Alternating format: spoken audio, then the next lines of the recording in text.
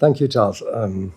So our subject now is anti-fragility and portfolio construction. So anti-fragility is a word. It's just a concept, but which was invented by Professor Taleb a few years ago. And Nicolas Nassim Taleb was already pretty well known because he had written a lot about the black swan and all this stuff. And then once every few years, he comes back with a new idea. And this idea is fairly new as well. And he starts with a simple observation. And he says, the opposite of negative is positive. It's not neutral. So the opposite of fragile cannot be robust, because robust is the neutral of fragile. So the opposite should be something positive. So it should be, and he names this property anti-fragile. So we all know, of course, what fragile means, because all the products that we manufacture are fragile by nature. The cars, washing machines, computers, and so on. And why are they fragile? Because they are at their best, or they are their highest value when they are brand new. And then they spend their lifetime losing value until they are replaced. And why are they losing value? Because they are subject to stresses, to fluctuations, to this kind of thing, and they dislike fluctuations. So the definition of a fragile object is an object that dislikes fluctuations. And then Nassim Taleb comes in 2012 with this book that he names Anti-Fragile, Things That Gain from Disorder, so the opposites. So let's see what kind of object could respond to the definition. So here is the short list. So we start with a taxi driver, for instance. So a taxi driver is anti-fragile because a taxi driver loves when the city is exuberant, when it's very crowded, when there are tube strikes. What the taxi driver hates is when the city is asleep. So a taxi driver is anti-fragile. This is very different, for example, from an insurance company, because an insurance company cashes in insurance premia and hope one thing is that nothing will happen, that they will never have to pay, the risk will not materialize and will keep the insurance premia for itself. So this is a fragile strategy. And we see with the other examples that fragility has some link with the notion of life, living organism, agility, about youth as well, and cycle of life. For instance, a baby is very anti-fragile.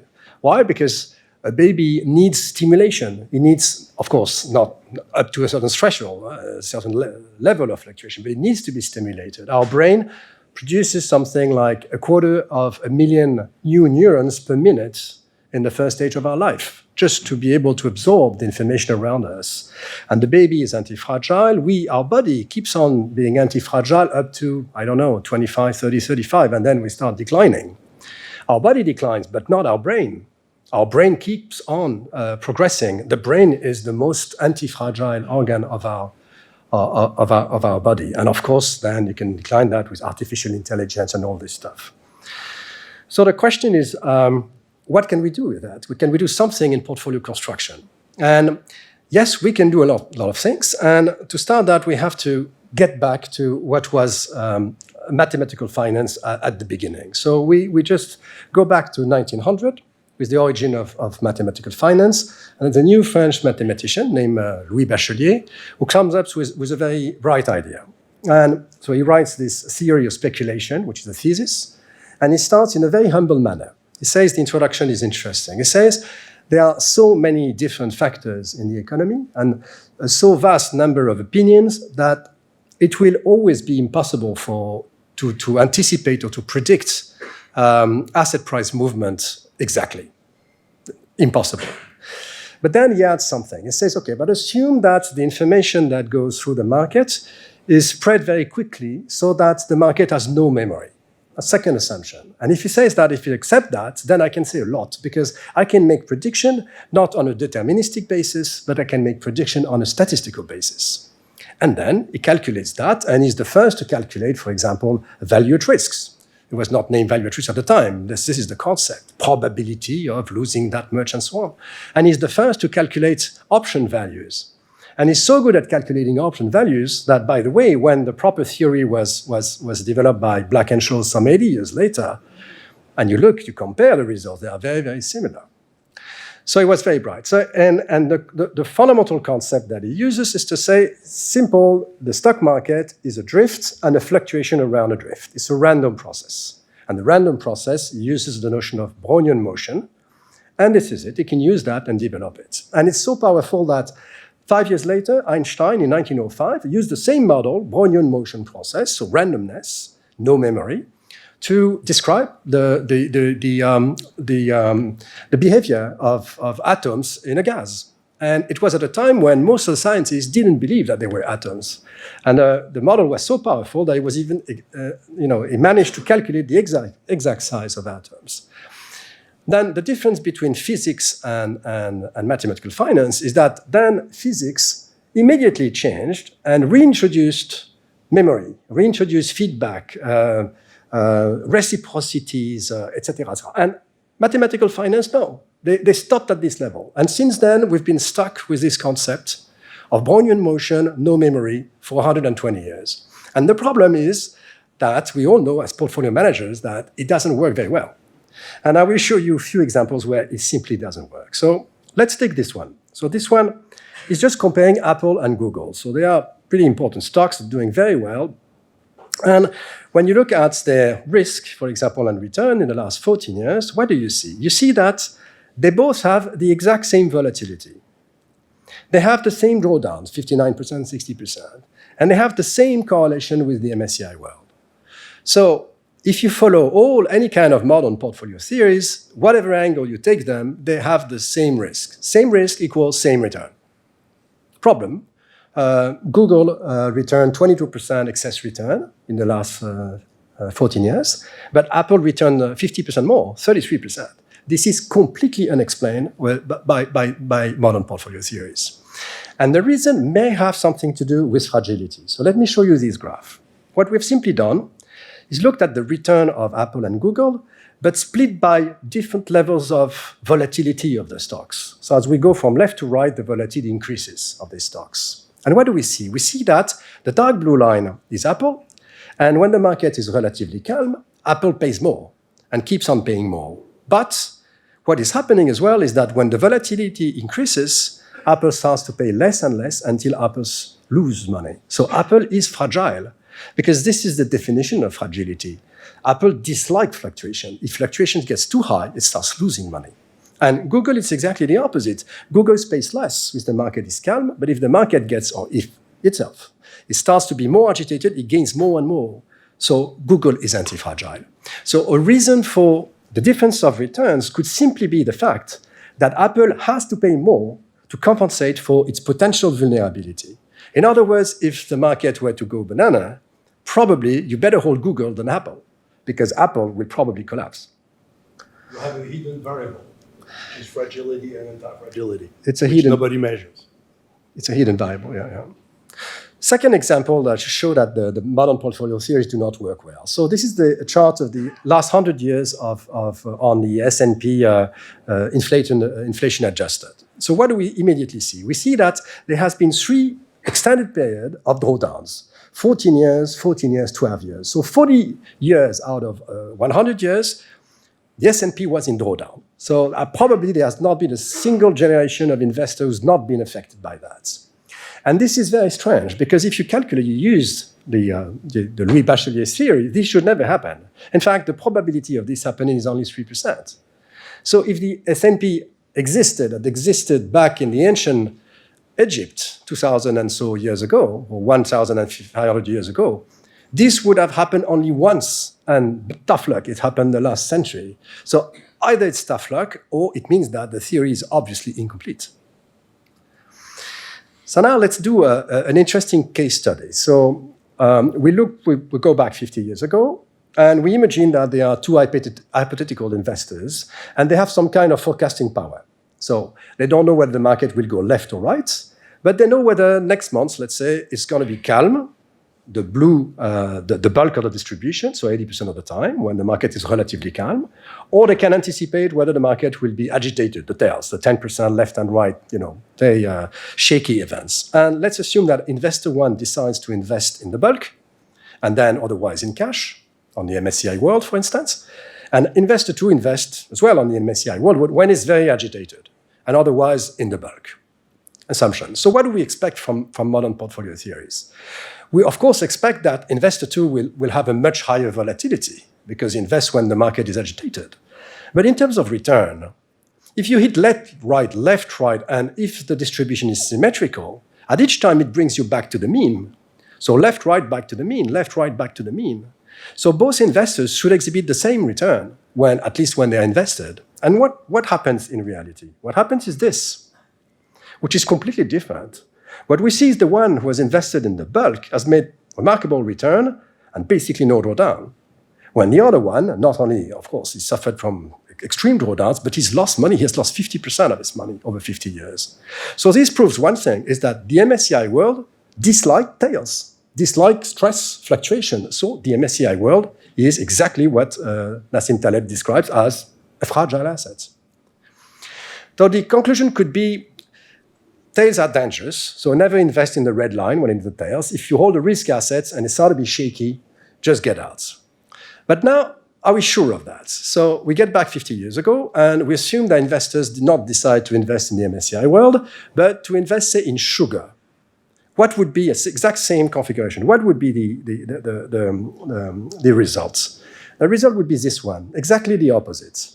It means the one who was courageous, investing in the tail, has now made money. And the other one, who was only investing when the market was calm, has lost 75% of its investment. So it proves one thing, is that unlike the MSCI world, which is fragile, sugar loves stress. Sugar loves stress. It means sugar is anti-fragile. So all that brings us to this, what Charles was mentioning, is that there's probably a new dimension of risk which is hidden and which has not been found by so far. And on the left side, you see what modern portfolio theories tell us. They say this is a distribution of equity returns, let's say, and on the right side, market's going up, on the left side, it's going down. So if you want to invest in risk assets, invest in the ones correlated to equities if you think the market goes to the blue side, and invest in assets which are anti-correlated or negatively correlated with equities if you think the market will go down, which means bonds. And if you don't know, put 50-50. But now what this thing is telling us is that there's a new dimension. You have to think in terms of upper side of the distribution, or lower side. If you think the market is going to be calm, then invest in fragile assets. Because being fragile is not bad. It's excellent if the market is calm. But it's very bad if the market is agitated. So if you think the market is going to be shaky, invest in anti-fragile assets, which is on the top end. Now, of course, the question is, how to do science? Because if we want to do science or portfolio theories or stuff, we have to be able to measure things. So how do we measure this fragility? So to measure fragility, we need to link the expected return and the risk, and to see if this link goes down or up. If expected return goes down with risk, the asset is fragile. If the expected return goes up with risk, the asset is anti-fragile. So first thing is how to measure the expected return. So what we've done here is that we've looked at the microstructure of expected returns, which means not the expected return on average in the next 10 years. No, the expected return at each level of volatility, at each level of probability. One level, for example, on this graph is, let's say, on the red line, which is here.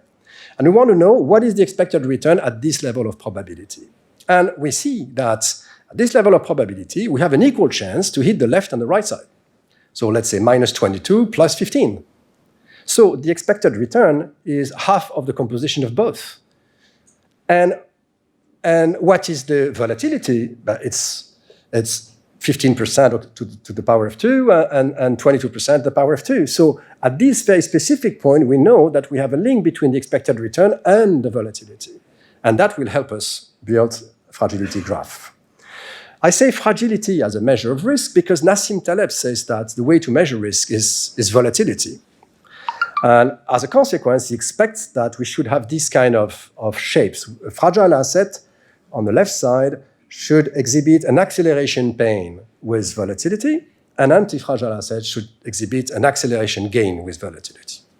And this is where we disagree with Nassim Taleb. And we disagree because we think that volatility is not the right measure of risk.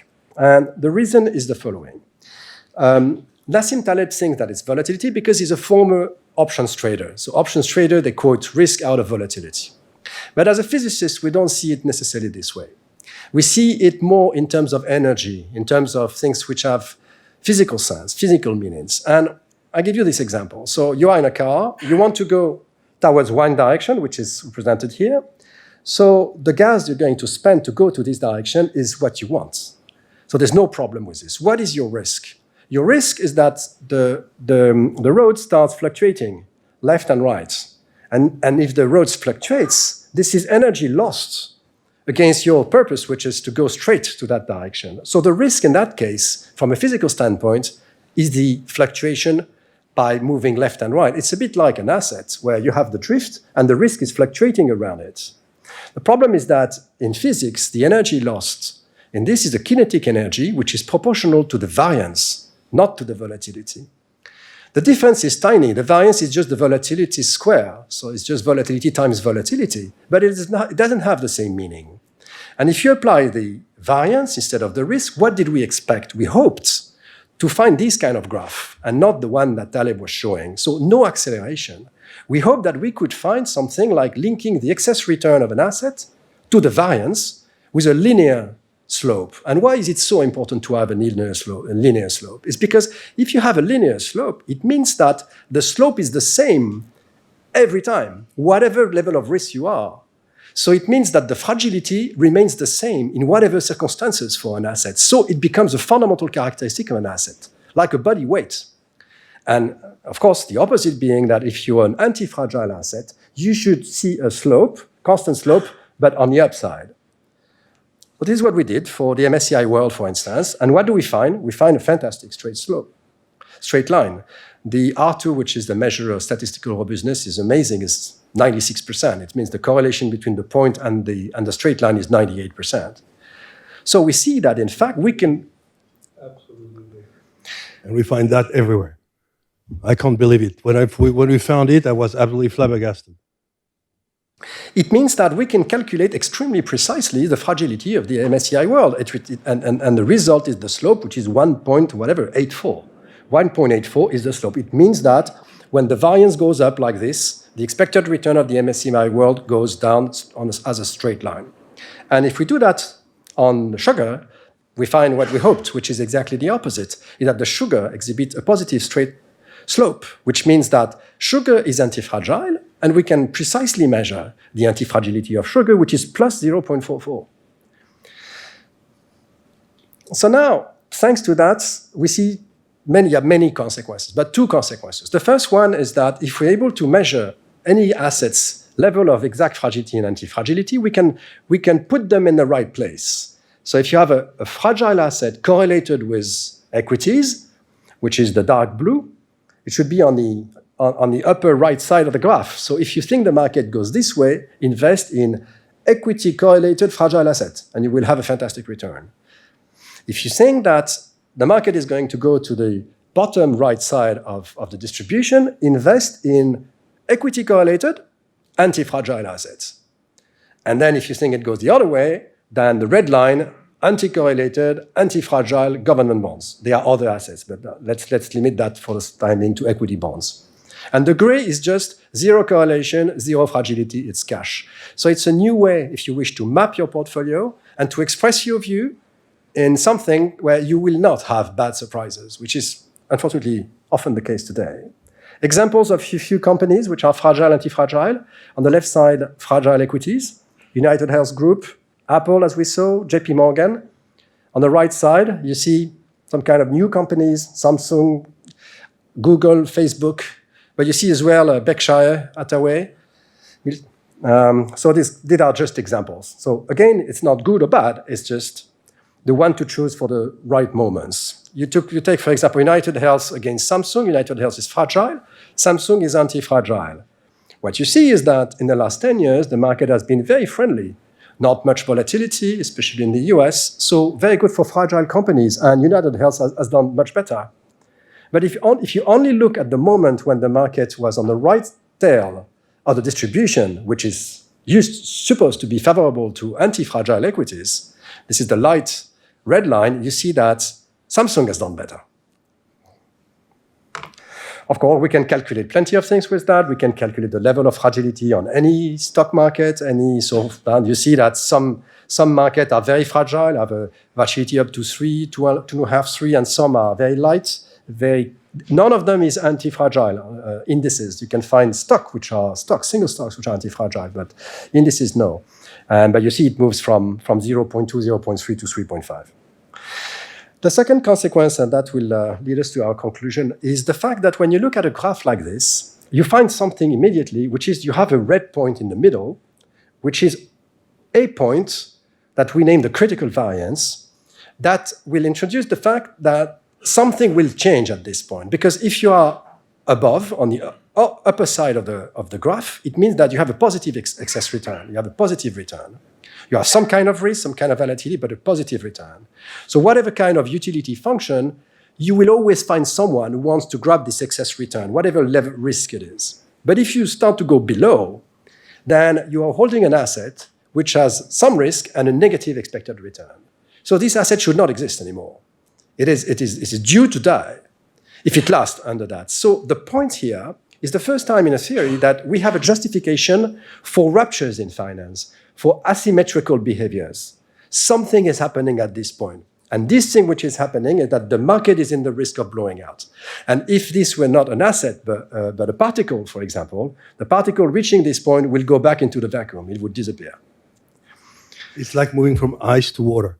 What I mean? Suddenly, we all have noticed that once in a while the markets literally change nature.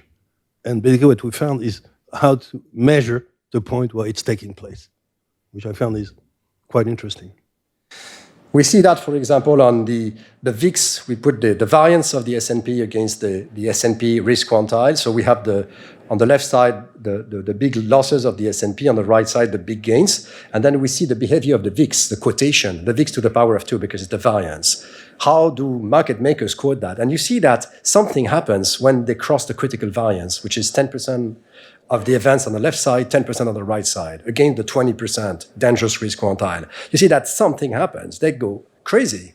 Suddenly, the quotation explodes. So there's a rupture happening at this moment in the markets. The markets are rational to become irrational. Yeah. It's a justification for irrationality. That's extraordinary. So this level, of course, we can calculate these critical volatilities, for example, variance and therefore volatilities. For example, on the S&P, the critical volatility is at 22%.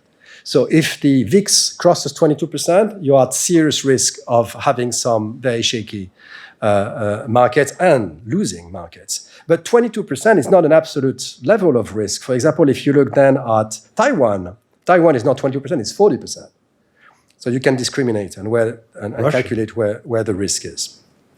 So on our conclusion, I will just give 2 examples of this notion of critical variance and what happens when you cross this critical variance.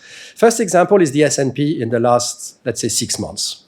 So if you look at the S&P today, you say, and you start from 1st of Jan, you say, fantastic, great start, fantastic. But if you look at it from a risk regime standpoint, you don't think the same way. You think, well, the S&P was calm, it entered into a high risk regime in October last year, and it went out in February. So it was lots of ups and downs, plus 10, minus, etc. But the right measure is this period of time. And this period of time, it was mostly in the danger zone. World equities during this period, they lost money. They lost about 4%, which is consistent with the theory of fragility. Because ups and down, if it's agitated, it ends in negative territory. Now the thing as well is that if it doesn't last too long, as it is the case today, fair enough, then you can come back. But if it lasts, you keep on losing money. And this is, for instance, what happened to LTCM in 1997. LTCM was this long-term capital management hedge fund.